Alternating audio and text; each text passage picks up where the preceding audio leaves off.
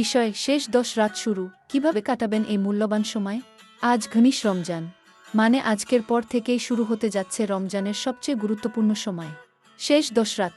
এই রাতগুলোই আপনার জীবনের সবচেয়ে মূল্যবান রাত হতে পারে। আপনি কি প্রস্তুত?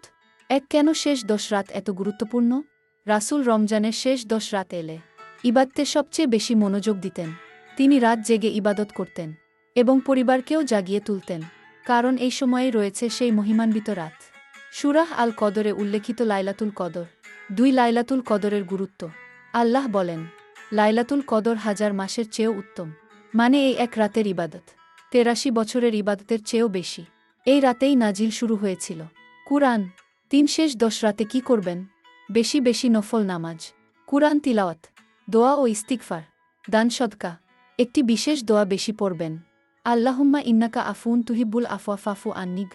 4 বাস্তব একটি পরিকল্পনা। প্রতিদিন রাতে চেষ্টা করুন 8-12 রাকাত নফল নামাজ, অন্তত 20 মিনিট কুরআন, 100 বার ইস্তিগফার, কিছু সময় নির্বে দোয়া। রমজান মানে রমজানের সবচেয়ে গুরুত্বপূর্ণ সময় দরজায়। চলুন সিদ্ধান্ত নিই, এই শেষ 10 রাত আমরা নষ্ট করব না। হয়তো এই রাতগুলোর একটি রাত আমাদের জীবন বদলে দেবে।